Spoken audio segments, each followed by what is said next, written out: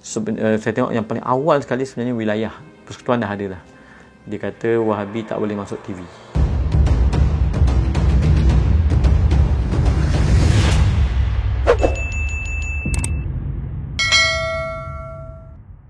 Ini berkenaan dengan fatwa-fatwa negeri lah, berkenaan dengan Wahabi. Dan kalau kita tengok fatwa, sebenarnya dah banyak fatwa, terutamanya ulama-ulama, tok-tok guru kita dulu dah ada fatwa dah. Cuma yang saya kumpulkan ni dia panggil fatwa kontemporari. Maknanya fatwa-fatwa yang terkini lah, yang memang dah dibuat ketika zaman apa kita panggil dah dinikmat mentadbiran yang Islam, fatwa dan sebagainya. Maka sebenarnya banyak negeri yang dah buat fatwa. Cuma ada negeri yang buat fatwa secara terang, ada negeri yang buat fatwa secara pencirian sahaja. Jadi kalau kita tengok fatwa-fatwa yang saya tengok yang paling awal sekali sebenarnya wilayah persekutuan dah ada dah. Dia kata Wahabi tak boleh masuk TV. Tu fatwa tahun 1990-an lebih. 1997 ke 1993 saya lupa dah. Nanti sebab tu kata ni tak, saya masih lagi himpun kan. Baik. Tapi fatwa yang secara rasmi dan paling terang adalah fatwa Perak 2012. Kalau fatwa-fatwa yang lebih awal macam Pulau Pinang 2003, dia dah haramkan buku-buku Wahabi, Ustaz Rasudari. Kemudian dia melarang fatwa-fatwa pembidaahan dan sebagainya. Begitu juga kalau dekat Johor, mereka dah ada penerbitan buku. Buku Al-Bayan, lepas tu Multaqa Penjelasan Hukum, lepas tu buku pada tahun 2008 tajuk dia Talqin dan 100 Kitab Menolak Wahabi. Tu saya semua simpan ni PDF dia tu kan. Kemudian kalau Selangor dah ada terbitan-terbitan juga. Sabah kalau 2009 dia kata Wahabi ni tak sesuai dengan keadaan di Malaysia, tapi 2017 mereka dah kata bertentangan dengan Ahli Sunnah wal Jamaah. Okey. Baik. Jadi kalau kita tengok fatwa-fatwa Melaka, JAKIM dan sebagainya ni, baik. Saya nampak pertama isu yang paling pertama kita tengoklah fatwa Perak, fatwa Perak. Saya nak tengok fatwa Perak dengan fatwa Negeri Sembilan je, Okey, baik. Ataupun kata 4 negeri tadi, saya tengok kita 4 negeri lah. Okey, baik. Kalau kita tengok fatwa Perak memang secara jelas 2012. Dia kata fatwa mengenai pencegahan menyebarkan aliran dan dakwah Wahabiyah di negeri Perak dan Rizwan. Kemudian dinyatakan dia didapati aliran Wahabi bercanggah dengan akidah Ahli Sunnah wal Jamaah. Sebenarnya tu ada yang kata, ni tanda tak sesat dah, bercanggah je. Ini dia panggil bahasa undang-undang. Dia ada banyak sebab lah kenapa dia tak pilih sesat ke ataupun dia tak pilih apa semua. Dia ada sebab dia. Dari segi technicalities tu elok ayat yang sebegini, bercanggah dengan akidah Ahli Sunnah wal Jamaah. Antaranya menyesatkan tauhid sifat 20, mensyirikkan amalan seperti selawat syifa tafrijiyah, lepas tu menyesatkan Ahli Sunnah Asy'ariyah dan Maturidiyah yang merupakan mazhab jumhur ulama Islam, dan menganggap berbagai-bagai amalan Ahli Sunnah sebagai bid'ah. Jadi ringkas je dia sebut 4 je ciri dia. Tu yang saya tegur, ringkas sangat ni kan. Jadi satu orang pegawai tu dia kata, betul Ustaz, kami perlu perincian yang detail. Sebab apa? Sebab bila kita nak buat pendakwaan tu senang, bila perincian terlalu ringkas, bila nak masuk mahkamah tu dia tak elok sangat lah. Okey, baik. Kemudian Negeri Sembilan tahun 2015 fatwa berkenaan dengan Wahabi, 2022 diwartakan. Sekarang kat Negeri Sembilan kami sangat happy lah. Okey. Maksudnya apa? Wahabi telah diwartakan. Bertentangan dengan Islam wal Jamaah, tak boleh disebarkan, tak boleh diajar. Jadi maksudnya boleh diambil tindakan undang-undang. Tapi perincian ni lebih detail.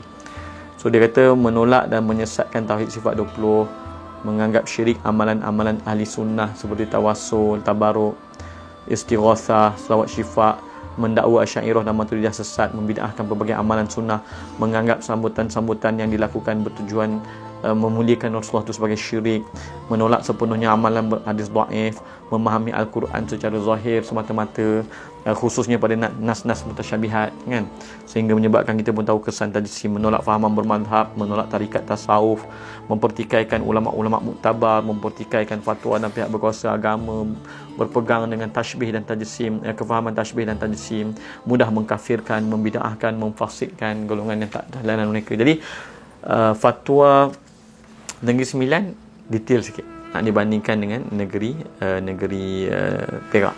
Tapi fatwa yang paling detail sebenarnya adalah fatwa Johor dan juga fatwa Kedah.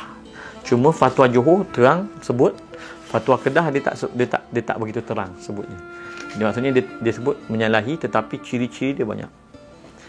Johor dia sebut banyak, dan dia sebenarnya ada pada tahun 2008 mereka ada keluarkan risalah yang cukup banyak. Kalau dekat sini saya ada 14 risalah berkenaan dengan Maulidur Rasul, talqin dan 100 kitab menolak Wahabi, doa kunut, wirid, amalan sunnah selepas solat fardu, kenduri arwah, tawassul, tarikah tasawuf, barzanji, bid'ah. Jangan-jangan inilah. Kan? Maksudnya Johor dah 2008 lagi. Sebab Johor dulu dia ada jawatan kuasa pemantauan akidah, kalau tak saya. Mungkin masih ada lagi. Jadi Johor mencirikan banyak fahaman dari sudut akidah, tauhid tiganya, tauhid uluhiyah, rububiyah, yang cara mereka lah, asma dan sifatnya, kemudian isu-isu berkaitan dengan perkara-perkara furuk, bid'ahkan talqin lah, tahlil, yasin malam Jumaat, kunut subuh, hadiahkan pahala, sambutan Maulidur Rasul, membaca Al-Quran di kubur, solat tarawih 20 rakaat, macam-macam. Johor very detail yang berkaitan. Kemudian Johor juga memasukkan elemen ekstrim Wahabi, sikap-sikap Wahabi dan sebagainya. Kemudian kalau Kedah memang detail, cuma tajuk dia pembidaahan kepada amalan-amalan Ahli Sunnah wal Jamaah di negeri Kedah. Jadi mereka tak menyebut istilah Wahabi itulah. Cuma bila kita tengok ciri-ciri yang bertentangan dengan Ahli Sunnah wal Jamaah tu, baca-baca semua ajaran Wahabi. Tauhid tiga, membagikan tauhid kepada tiganya, Al-Quran difaham secara zahir semata-mata. Tauhid ni ada menterjemahkan istawa, bersemayam, bersila, mengatakan Tuhan ada arah, menolak Asy'ariyah, mengatakan Asy'ariyah Mu'tazilah, fahaman di sudut syariat, macam-macam ni. Kemudian fahaman di sudut tasawuf, macam-macam kan. Jadi banyak lepas tu diikuti oleh negeri-negeri seperti Sabah dan sebagainya lah. So yang paling terbaru, yang betul-betul agak detail, Sabah lah. Kemudian yang ada yang terbaru juga Melaka, tapi Melaka nampak belum ada perincian yang jelas lah, cuma dia ada sebut buat statement macam tu lah. Jadi sekurang-kurangnya kita kata ada negeri yang telah mengeluarkan secara jelas Wahabi, ada negeri yang menyebut ciri-ciri Wahabi tanpa menyebut Wahabi, ada negeri yang mengharamkan buku ataupun mengharamkan sikap-sikap Wahabi. Cuma ada 5 negeri yang belum ada spesifik lah, spesifik sangat berkenaan tentang Wahabi: Kelantan, Terengganu, Perlis, Sarawak dan wilayah persekutuan. So kita harapkanlah 5 negeri ni berusahalah untuk mengeluarkan fatwa berkenaan dengan Wahabi. Sebab apa? Bagi saya fatwa menyelesaikan masalah umat. Dulu surau saya adalah tempat-tempat yang saya tahu dalam grup WhatsApp terlingkah pasal Wahabi ni, kan. Dekat Negeri Sembilan saya malas saya keluar, kan. Tapi bila Negeri Sembilan dah keluarkan fatwa, kan, jadi orang ni jemput saya balik, "Ustaz, nak masuk lagi tak?" Tapi dah tak ada lah isu-isu Wahabi. Sebab tu saya kata untuk masyarakat awam tak payah nak berdebat sangat, tak payah nak apa sangat. Cukuplah bagi risalah fatwa negeri. Nah, ambil, baca, kan. Fikir-fikirlah, kan. Kalau fahaman Wahabi ni tak ada masalah, takkanlah banyak fatwa nak buat pasal Wahabi, kan. Pasti ada masalah. Habis Ustaz, saya tak tahu pun. Ambil masa belajar, lama-lama mungkin akan tahu. Tapi kena belajar dengan orang yang betul lah, kan. Kalau belajar dengan orang salah, jadi pendukung Wahabi lah pula ni. Orang tak faham dan sebagainya. Jadi alhamdulillah lah. Jadi kita harapkan saya tahu ada sebuah negeri sedang menubuhkan jawatan-kuasa untuk menangani fahaman Wahabi.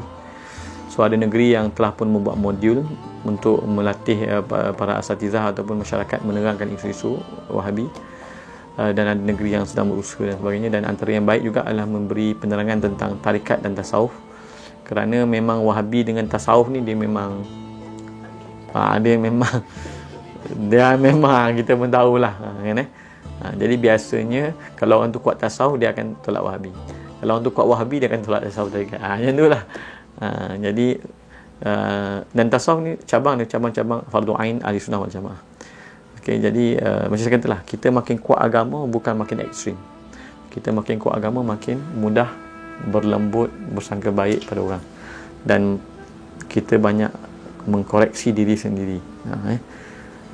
Dan apabila kita makin kuat tasawuf, insya-Allah kita akan, bukanlah maksudnya abaikan ilmu lain, jangan, tapi maknanya bila kita belajar tentang menjaga hati, zikrullah dan sebagainya, maka kita akan hati kita tu akan dapat mengenal perkara yang buruk lah. Tak kenalah hati duk berzikir tapi duk nak maki orang, nak menyesatkan orang. Tak kena. Macam ni nak berzikir duk menyesatkan orang tak ni. Jadi begitulah.